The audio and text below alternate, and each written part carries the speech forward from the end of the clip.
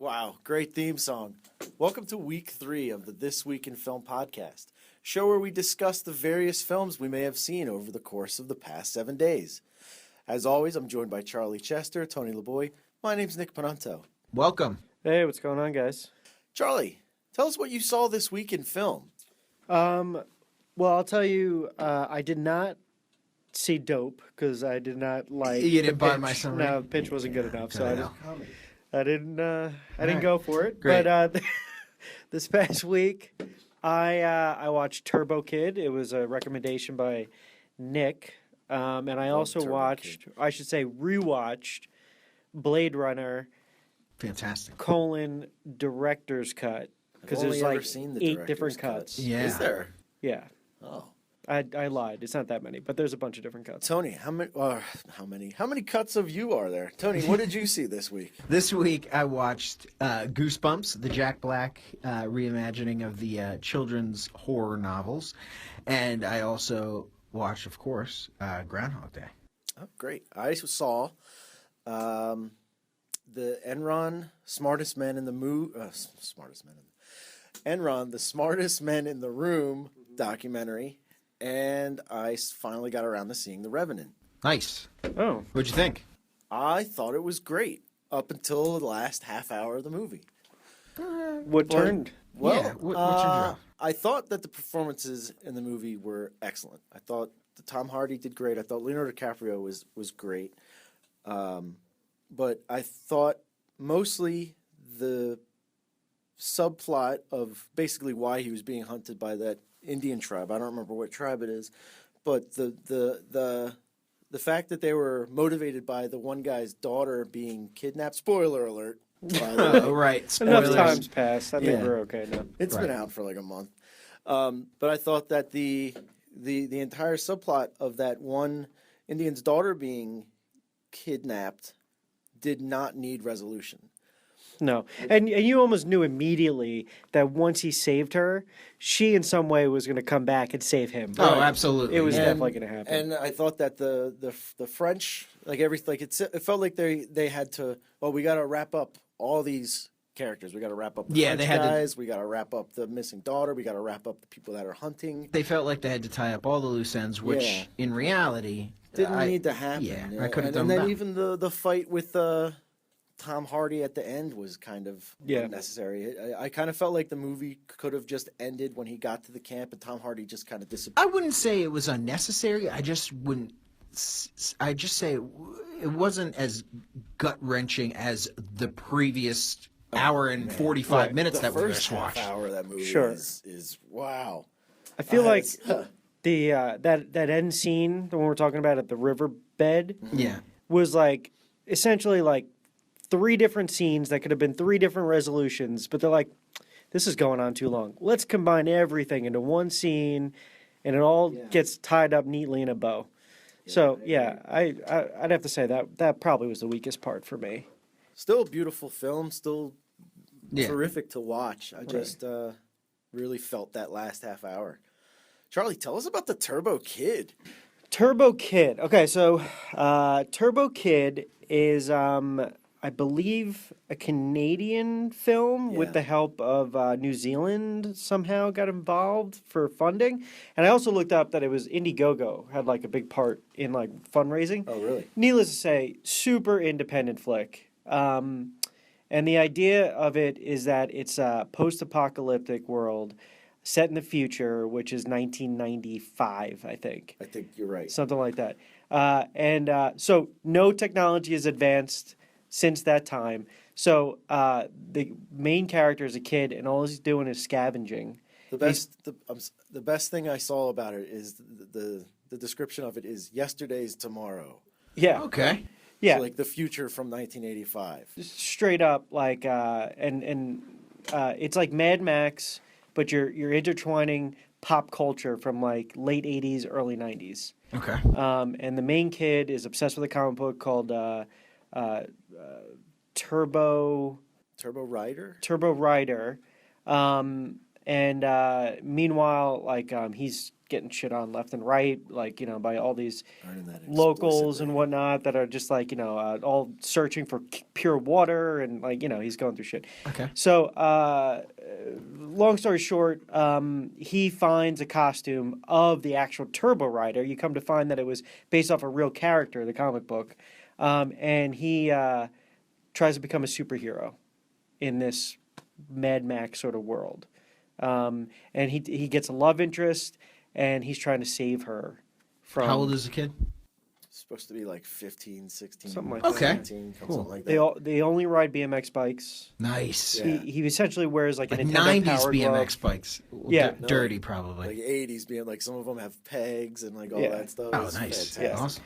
It all takes place Ultra in like violent. a shitty ravine in like some country. Yeah. Like the locations are very sparse. Okay. You definitely can tell they shot it in 6 different locations. But Right. like today we're going to shoot over here and this is this set kind of a Yeah. thing. Like definitely in some quarry somewhere. and Awesome. It is perfect. And it is, at one point, it just turns into the biggest gore fest you've ever seen. Oh, I love that. Blood everywhere. I love that. Like old school. Like Good blood or trauma, like just like like totally like cheap? cartoonish, Yeah, like- nice. Like That's Not the way to digital- go. Not digital blood spattered like No, we're talking buckets of corn Yeah. syrup. oh god, yeah. I don't know if That's you guys so are funny. familiar with like trauma films, Yeah. but like old school trauma movies, Nice. like crazy bloodbath. And there's comedy and fun. They play with archetypes and tropes, but they commit to it. It's not like, I don't know if you've seen Kung Fury, where it's like a joke. The movie's supposed to be a joke. This actually commits to the idea, and they do a pretty good job with it. It's fun. Awesome. Biggest actor in it, Michael Ironside. Yeah. Yeah, Really? yeah, And when he shows up, you're kind of Michael Ironside? yeah. And Michael Ironside commits to the role where he's actually really good at it. And you're like, you start to think about like, oh, maybe I like Michael Ironside again. You know? Think we could bring that Yeah. back.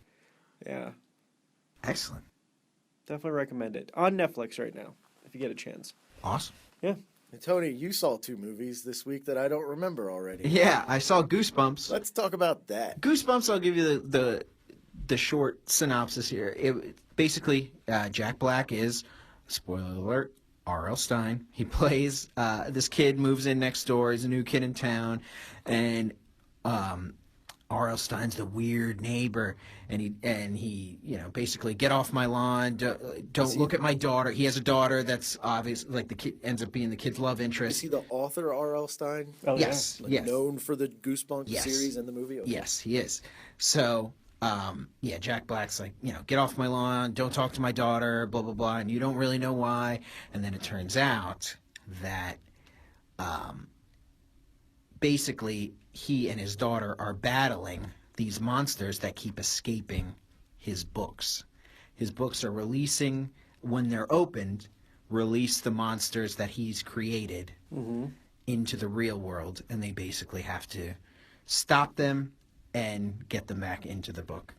So, you loved it, hated it, what? Personally, I would have loved it a lot more if it would have been the reverse. If they somehow would have gotten knocked into his story world as opposed to his stories coming into the real world. I thought, just based upon I read the books as a kid, just based on like the imagery and the cover artwork, I thought that would have been lent for a cooler movie. Yeah. It was fun. It was So like jumping from like a la Stay Tuned. Exactly. One of our favorite movies of all time.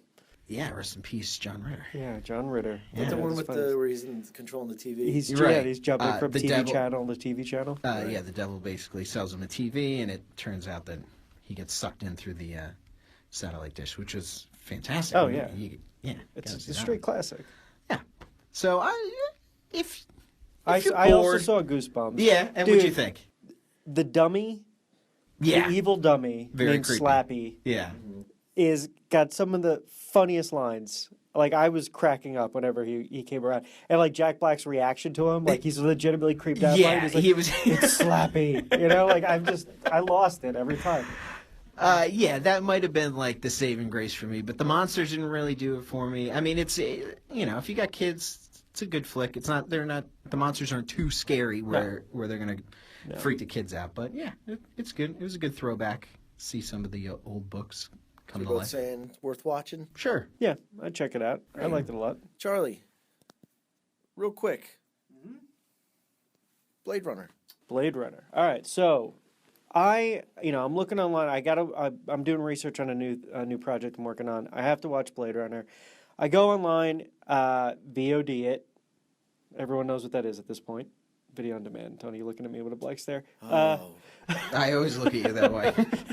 Stop glazing over. So there's like 3 different versions of it. Now, I knew in the past there were some problems with the original version, that it had narration that the director didn't want, that they threw in there as expository dialogue just to help the audience along. So I picked director's cut, thinking that that's the final cut. I do some research afterwards to find out that after the director's cut, there's another cut called the final cut.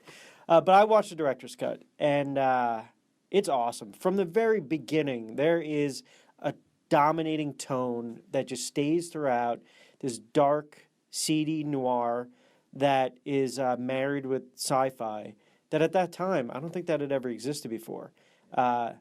And Harrison Ford is awesome in it. And like I'm going in, I'm like, okay, he's a good guy. He's a good guy. And then halfway through it, he practically forces himself on the replicant Rachel, like the main girl in it. Yep. And I'm like, he's essentially Marlon Brando's character in A Streetcar Named Desire. He's not a really good guy. He's kind of He's a an jerk. anti-hero. Yeah, but big it's time. a robot, so... Yeah, essentially. Spoiler alert. The But- replicant is a robot? I did read one thing that's really cool, because like in it, I'm like, how did they get their eyes to shine? They had like the shine. The replicants all had the shiny glow in their eyes. Right. And this was pre like the ability to do it well, CGI. And apparently, the director borrowed from Fritz Lang, who did Metropolis and like old school filmmaker. What they would do is they would shine light into a mirror behind the camera and reflect it directly into the eyes of the actors, and they got a natural effect of that glimmer. And I was looking at it, and I'm like, okay, cool. And now, everyone knows that the big debate is Harrison Ford a replicant too. If watching it now, you realize that in certain shots, he does have the mirrored look in his eye. Right. And no one else does except for replicants. So I'd have to say Spoiler that alert. pretty much. Yeah. But I have it was never awesome. been able to get through Blade Runner except for the one time. Really? I don't know what it is about it. I really like the way it looks. I like the story, but it's something about the pacing. It's and I've definitely only a slow seen burn. The director's cut, but it puts me to sleep every time. Well, I was also wondering, like, at certain points, I'm like, this is such an epic, huge film. Why doesn't it feel more adventurous? Why am I not, like, speeding through this and, like, feeling that sort of, like, fast momentum? It only takes place in, like, 8 locations. It's essentially, it's a stage play. It's a gorgeous stage play, but it's not all over the place. Yeah. Like most adventures. Tony, What? real quick. Yeah. Unlike Charlie's real quick. Groundhog Day. All right, we've all seen it, so I'm just gonna throw out the quick question. Big debate about this movie is how long does Bill Murray stay in Punxsutawney? I'm going to say at least 10,000 years. I've heard 10 years. I've heard 30 to 40 years. Charlie? I'm going to say maybe like less than a year, because I feel like, yes, he's a little crazy, but he would be crazy if it was like 10,000 years. He'd be insane. The reason I think it's definitely at least 100 years, because he knows everything about everyone in the town, exactly when it's going to happen. And so not only to master all of that, he learns Italian, he learns how to play the piano, he learns like that card flipping trick into the hat. He masters all of that stuff. Yeah. He could have known the card flipping trick. He says it took him 6 months. Oh. Yeah, he says in the movie. Oh, He's like, so we've established that's at pretty least him and 6 Andy months. McDowell are flipping the card, and he's like, it That takes means he us spent 6 months 6 months just just doing that. just throwing a card into a hat. And then he would jump out the window. To So end you're the saying day. he's not a savant. He's just a guy with a lot of time. Yes. Yeah, Oh, I agree. yeah. I think Nick is closer to the real answer with 10,000 years. It's a long time, then which lends to the case. Nick brought up a good We were point. talking about it earlier, where the next day when he wakes up and he's so excited that it's tomorrow, Yeah. about an hour into that day must have been the most anxiety-filled. He would be in shell shock. I He would mean, probably be close to like heart death the entire time because of just not being able to know. Because if you know what's happening to the second of everything around you, all of a sudden there's something new. You must be like, I don't know what to do. So he essentially turns into the character from What About Bob? exactly. basically, Yeah. But what about Yeah. Bob is a sequel to Groundhog Day? Oh man. All right, and the other movie I watched, Enron, Smartest Men in the Room, a documentary about the collapse of Enron. I don't know what got me to watch it. If you haven't watched it, it's about the collapse of Enron, which was one of the biggest companies in the world at the time. Basically turned into it was basically a scam. I recommend watching the documentary, but if you haven't seen it, most of the major players in it have either died because they were old, or the one major CEO gets out of jail next year because he made a deal with like prosecutors and DAs a few years back. Is America great? So that was kind of disheartening to see. Yeah. So that's how we're going to end the this- show. that was Yeah, the that's pitch. it, man. Let's stay tuned to see if Tony or I watch that movie based on Nick's pitch. Or contact us on Facebook or Twitter or even the This Week in Film podcast website and tell us how long you think Bill Murray spent in the Groundhog Day universe. Yeah. Yeah. Nice. Get him We're involved. available. You can find the podcast on iTunes, Stitcher, Google Play We're on Music. Google Play Music now. We're on SoundCloud. You can play it right from the website. Rate us and review us on iTunes. Does that matters in some way? Sure. Plugs, Tony. LosAngelesCarters.com. Just go there. People love it. Just go. Charlie? Boy Zero, my graphic novel, and I will be at the Cleveland, Ohio Comic-Con in late February. We'll talk more about it as the weeks go by. And I will be just looking forward to the next episode of This Week in Film. Hit that closing theme that we love so much. Don't sing music. We don't have the rights to stuff.